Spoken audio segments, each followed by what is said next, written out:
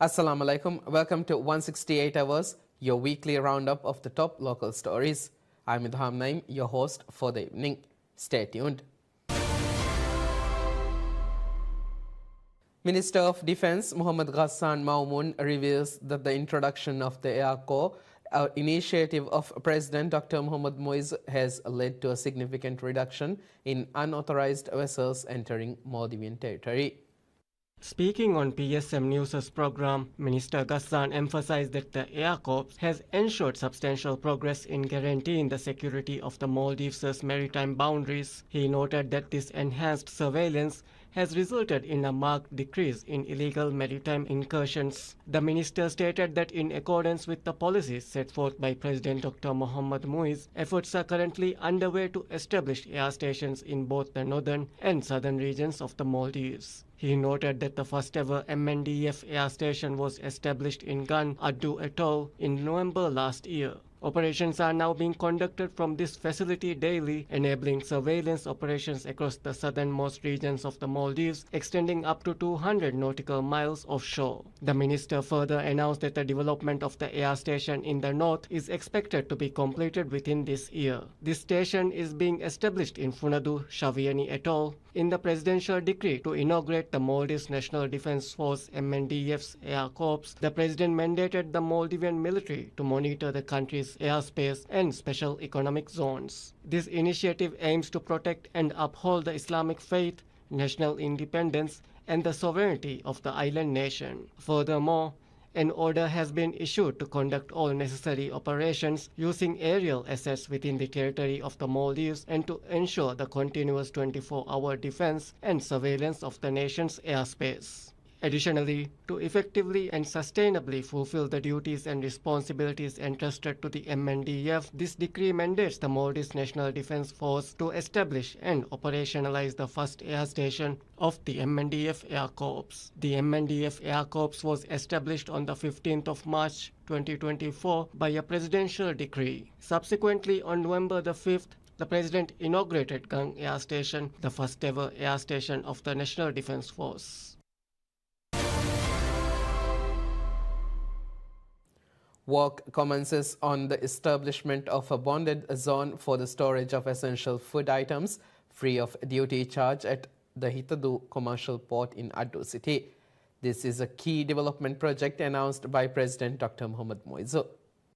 A special ceremony was held in Hitadu, Addu City, to inaugurate special facilities at Hitadu Ports Limited HPL. The facilities were inaugurated by the Minister of Economic Development Mohammad Saeed. An agreement was signed to inaugurate 3 key services at the ports. These are bonded zone facilities for storage of essential food items, bonded warehousing facilities, and bulk cargo facilities. The agreement was signed by the Economic Minister Saeed on behalf of the Ministry of Economic Development and Chief Executive Officer of Maldives Ports Limited MPL, Mohammad Rishwan. With the commencement of this service, goods clearing fees will be reduced and businesses in the southern region of the Maldives will be able to import goods closer to the base of operations as per HPL. The company also noted that these services will not only benefit Hitadu but the wider economy of southern atolls. HPL also noted that this will have a reverberating positive impact on the construction sector in the southern region. Hitadu Regional Ports, which commenced its operation 20 years back, is the main port of operation for the southern region,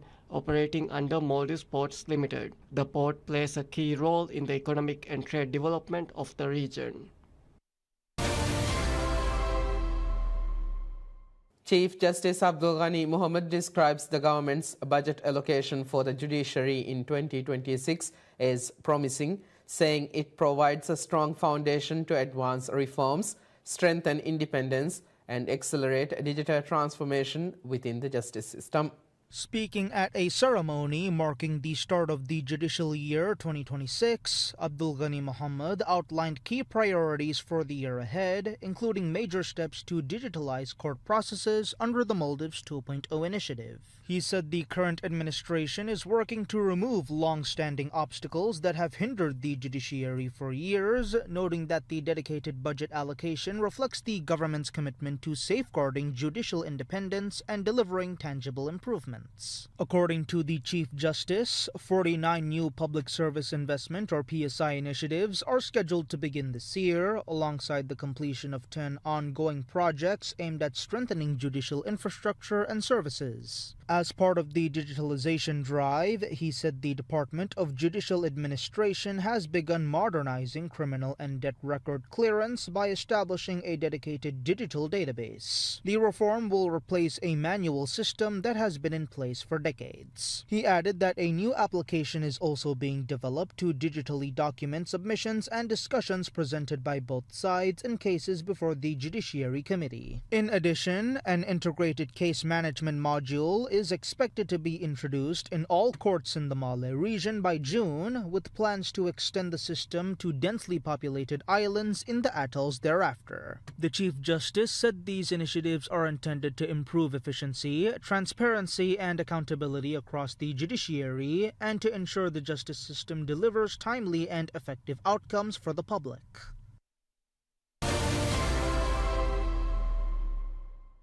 The government reaffirms its commitment to making every Maldivian a healthy citizen as a cornerstone of its development agenda.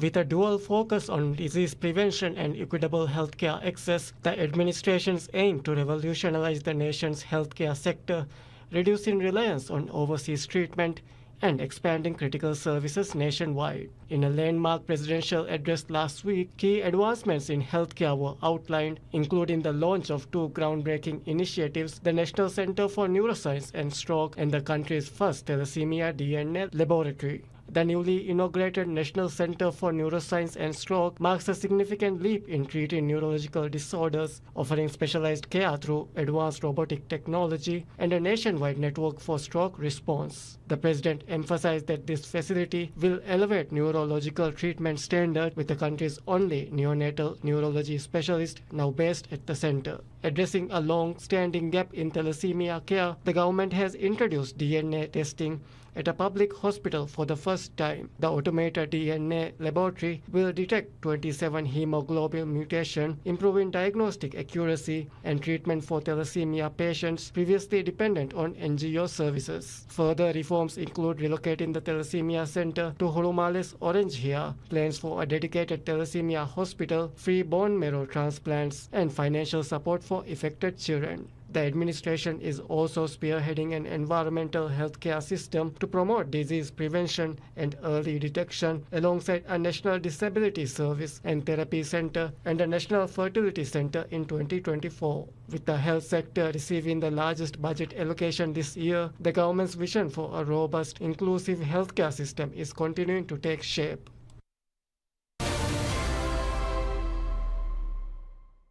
The Parliament approves a constitutional amendment that will synchronize presidential and parliamentary elections, a significant restructuring of the nation's political calendar.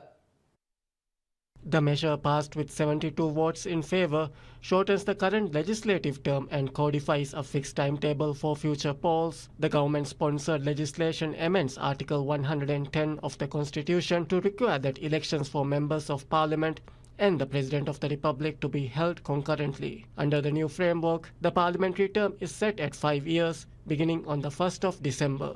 At the conclusion of each term, Parliament will automatically dissolve, and the inaugural session of the newly elected legislature must convene on the same date. The amendment directly alters the tenure of the sitting legislature. The 20th Parliament, which under the previous constitutional arrangement was scheduled to extend into 2029, will now conclude on the 1st of December 2028. Elections must therefore be completed and the first sitting of the new assembly convened by that date. Introduced on behalf of the government by Ibrahim Falah, the parliamentarian for Inguradu, the bill secured broad support from the majority of lawmakers. The debate, however, revealed sharp political divisions. Members of the opposition Maldives Democratic Party (MDP) voiced strong objections, leading to heated exchanges on the floor. As tensions escalated, the Speaker intervened, naming several disruptive members and ordering their removal to restore order. Although the amendment has cleared Parliament, it cannot take effect until ratified by the public through a referendum. To avoid the expense of a standalone vote, the Elections Commission of Maldives, ECM, has recommended that the referendum be held alongside the local council and Women's Development Committee elections scheduled for the 4th of April. The commission has stated that the process will formally begin once the president issues a decree instructing them to proceed.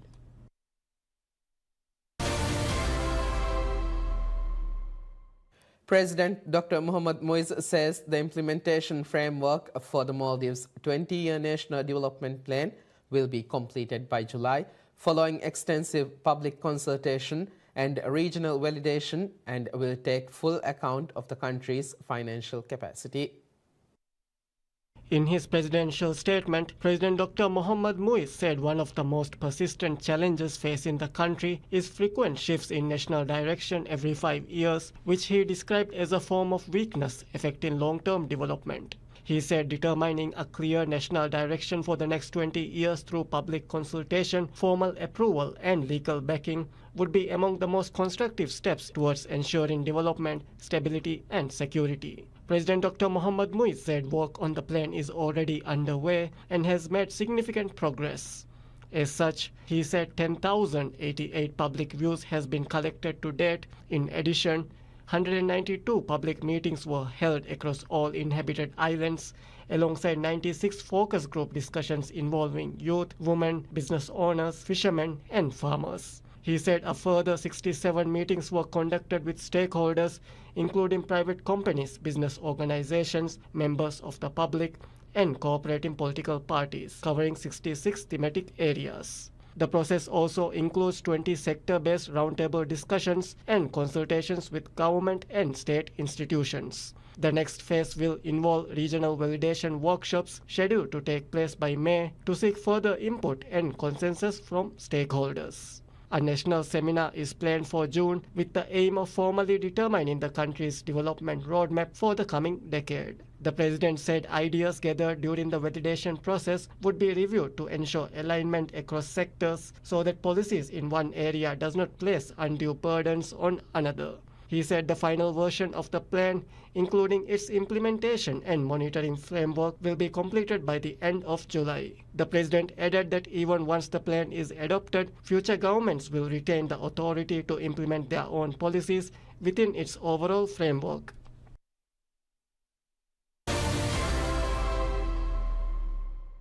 President Dr. Mohamed Muiz states positive progress in reducing the budget deficit has increased investor confidence in the Maldives. The president made the statement while speaking at the Maldives-Germany Business Roundtable in Berlin during his official visit to Germany. The president was received by Dr. Volker Treyer, head of foreign trade and member of the executive board of the German Chambers of Industry and Commerce, DIHK, and Mr. Günther Mull, Chief Executive Officer of Dermalog Identification Systems. Speaking at the event, the president expressed his pleasure at engaging with German business leaders whose work has contributed to shaping the global business environment and creating long-term value. President Dr. Muiz highlighted the Maldives Vision 2040, describing it as a commitment to strengthening the Maldivian economy, modernizing institutions, and ensuring that growth improves the daily lives of people while protecting the environment. He highlighted modernizing financial systems, improving access to foreign exchange, and digitalizing public services as key steps towards achieving this vision. These reforms are already producing results. Our gross official reserves have reached a historic high of $1.13 billion, strengthening confidence in the Maldivian economy and improving the circulation of foreign exchange. We have reduced our budget deficit to 5% of GDP. And we are maintaining fiscal discipline as a core policy objective going forward. The president further noted that official reserves in the Maldives have reached a historic high, improving foreign exchange circulation. He added that maintaining fiscal discipline remains a core policy objective and outlined progress made in reducing the budget deficit. With these positive developments, he noted that investor confidence has risen substantially, with major technology companies such as Google investing in strengthening the Maldives' digital connectivity. The president highlighted the energy transition as another area requiring innovation, given that energy security and energy costs pose critical challenges to the Maldives. He noted that initiatives such as Project Solar City are not only focused on decarbonization, but are also aimed at creating resilient, affordable, and replicable solutions for island and coastal economies worldwide. In this regard, he noted that the Maldives serves as a testing ground for practical and scalable solutions. President Dr. Moise also reflected on the significant contributions of German investors, tour operators, and financial institutions in strengthening confidence in the tourism sector. He noted that 2027 has been designated as Visit Maldives Year and invited German investors to take part in this endeavor. He also invited investors to explore initiatives that go beyond conventional models such as the Sustainable Township Project, Project Isla, which was recently commenced. Additionally, the president spoke about expanding and modernizing healthcare by developing specialized services and reducing the need for outbound care, noting that German expertise in these areas aligns well with the Maldives' priorities. Further noting banking and financial services as another area for potential investment, the president emphasized that the Maldives aims to provide a transparent and rules-based environment that supports long-term partnerships. Concluding his remarks, the president stated that Germany is a natural partner in the Maldives' development journey, given Germany's strength in bringing together experience, technology, and shared interests. In the event, Invest Maldives presented an overview of the investment environment in the Maldives and opportunities available to interested parties. This was followed by a presentation by the Ministry of Tourism and Environment, highlighting various initiatives in the tourism and environmental sectors. A number of German businesses presented company briefs, followed by comments from members of the Maldivian delegation. The roundtable concluded with the signing of a Memorandum of Understanding on Cooperation in Destination Promotion and Marketing between Visit Maldives and Dotor Deutschland, one of Europe's leading travel and tourism groups.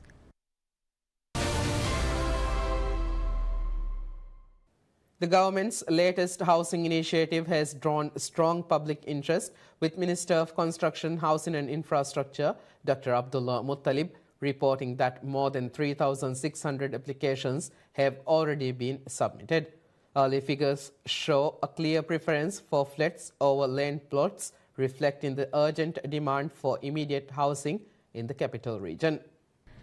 The program, introduced under the administration's Bohiyawahikang Emmenna policy, opened its application window on 18 January. Applications for land plots must be filed by 4th March, while those seeking flats have until 17th April. Speaking on a program aired on PSM News, Minister Muttalib said that 3,651 applications have been fully completed and submitted. Officials are also monitoring approximately 10,000 additional forms currently in draft. He noted that the data points to a significantly higher number of individuals applying for flats, attributing the trend to the financial and logistical burdens of developing raw land.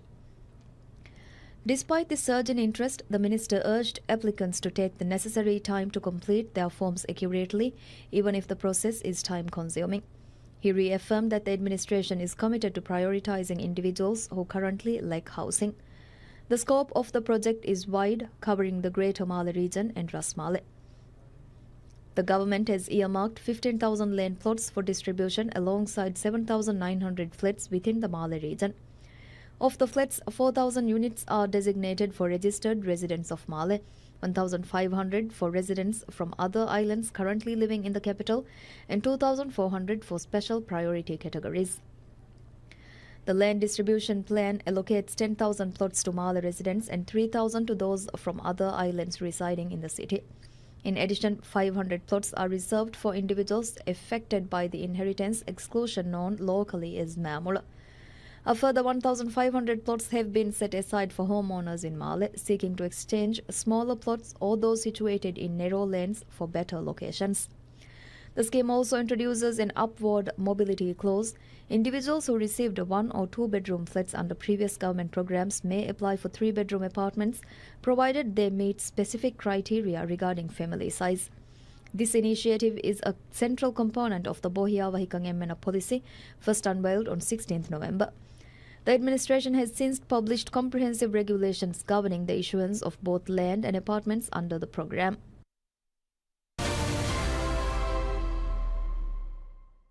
President Dr. Mohamed Moise declares that a foreign policy centered on the oceans is not merely a strategic preference, but an existential imperative for the Maldives, underscoring the nation's reliance on maritime governance for its survival and future. At the German Council of Foreign Relations DGAP, where he was received by senior leadership including Vice President Rolf Nickel, Director Thomas Klein-Brockhoff, and Dr. Kira Wenke, head of the Center for Climate and Foreign Policy. President Moise outlined the Maldives' perspective on ocean governance and the central role of the seas in foreign diplomacy. He argued that although the ocean is indispensable to climate regulation, biodiversity, and global food security, it remains insufficiently represented in strategic and diplomatic discourse. He said the Maldives' history, economy, culture, and defense are inseparably tied to the sea, and climate change threatens to disrupt both the nation's economy and the traditional way of life of its people. The president pointed to the Maldives' position at the crossroads of major trade routes, noting that this geography places the country within an arena of intensifying strategic competition. He described the Indian Ocean as one of the most consequential regions of the 21st century and drew attention to the vulnerability of undersea digital infrastructure, which carries the vast majority of global data traffic. He added, safeguarding this infrastructure requires international cooperation, mutual trust, and shared regulatory norms. President Moise also highlighted the growing influence of small states in shaping global norms. He said they are increasingly advocating ambitious climate action, stronger marine protection, and inclusive multilateralism. For the Maldives, he asserted, an ocean-centered foreign policy is not only existential but also indispensable for the international community. He reaffirmed his country's readiness to work with Germany and other partners to ensure the ocean remains defined by cooperation, resilience, and shared responsibility. In a subsequent question-and-answer session, the president elaborated on the Maldives' approach to ocean security and resilience. He explained that the nation's policy rests on maintaining strong relations with neighbors, respecting territorial integrity, and prioritizing environmental protection. He also underscored ongoing efforts to strengthen the Maldives' capacity to safeguard its exclusive economic zone. Closing the engagement, President Moise reiterated that leading global climate action remains a firm commitment for the Maldives. Reflecting on 6 decades of diplomatic relations with Germany, he noted significant scope for expanding cooperation, identifying shore protection initiatives as a key area for future collaboration.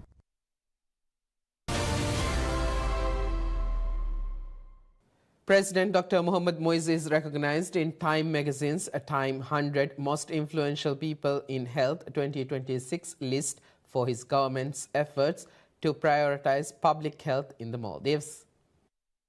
According to Time, the Maldives became the first country to implement a generational smoking ban under President Moise's leadership. The move bars anyone born after January 2007 from purchasing or being sold any tobacco products. It further noted the introduction of other landmark policies, including a 2024 ban on the import, sale, and use of vapes and e-cigarettes as part of a plan to eliminate smoking and tobacco use in the country. President Moise's government also established free tobacco cessation clinics on every island and launched a 24/7 mental health helpline. Time further noted that the Maldives became the first country in the world to eliminate mother-to-child transmission of HIV, syphilis, and hepatitis B. The Maldives has long aspired to position itself as a competitive destination for international capital. However, translating the ambition into a fully enabling environment for foreign investors has historically presented structural and procedural challenges. Under President Dr. Mohamed Moise, the administration is now advancing a calibrated diplomatic and economic strategy aimed at realigning the nation's investment landscape. Recent high-level engagements, most notably the official visit to Germany, underscore a deliberate effort to directly engage global business leaders, articulate a clear strategic case for investment, and spotlight sectors primed for expansion. Germany, widely recognized for engineering excellence and industrial innovation, is the world's third-largest economy by GDP and Europe's leading economic power. In pursuit of aligning German capital strength with the Maldives' development agenda, President Moise inaugurated a bilateral business roundtable in Berlin. Addressing participants, he acknowledged prevailing global economic complexities while affirming that innovative policy-making remains central to sustained national growth. The government has outlined a comprehensive roadmap to transition the Maldives into a developed nation by 2040. Central to this mandate is elevating the standard of living for citizens through infrastructure modernization, essential service expansion, and structural economic reform. Major airport upgrades alongside regulatory reforms are presented as foundational pillars of this transformation. Emphasizing fiscal consolidation, President Muizu stated that the administration has reduced the budget deficit to 5% of GDP while maintaining fiscally prudent policies. He asserted that this discipline has strengthened investor confidence, citing long-term commitments from global corporations as indicators of growing market trust. Investor confidence featured prominently throughout the address. The President referenced flagship initiatives such as the Isla project, aimed at enhancing the luxury tourism segment, and the Solar City initiative, which reflects a dual commitment to environmental stewardship and modern development. Tourism, renewable energy, and healthcare were identified as priority sectors for foreign investment. The administration has introduced legal amendments and streamlined regulatory procedures to facilitate market entry and ensure predictability for international investors. Framing the engagement as a strategic pivot, President Muizu emphasized that the Maldives seeks investments capable of delivering long-term, measurable outcomes. High-level economic diplomacy, the administration maintains, serves as a gateway to deeper integration with leading global markets, signaling readiness to anchor sustainable growth within a resilient and diversified economy.